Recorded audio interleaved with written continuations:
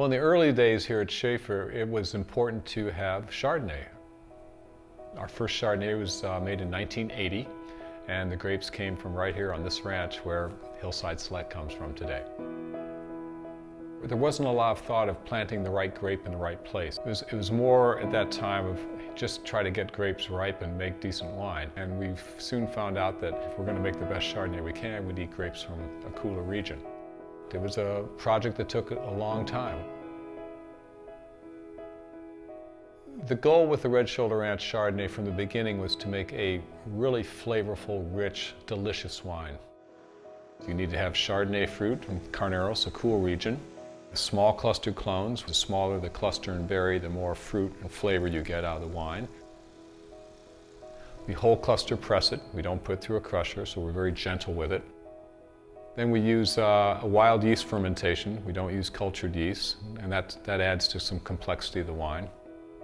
The wine is fully barrel fermented, so it goes straight to barrels, and it's about 75% oak barrels, 25% stainless steel barrels.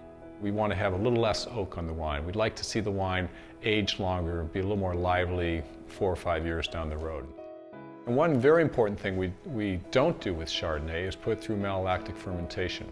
So by avoiding malolactic, we keep the acid up, keep that rich fruit up, and get the roundness in the wine from barrel fermentation and stirring the lees.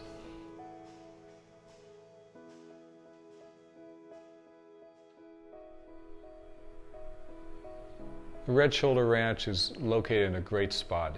It's within a stone's throw of the north end of the San Francisco Bay.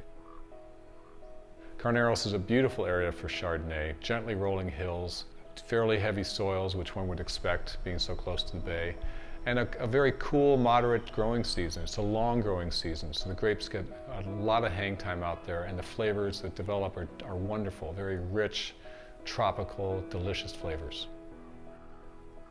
Chardonnay is a great wine, great grape.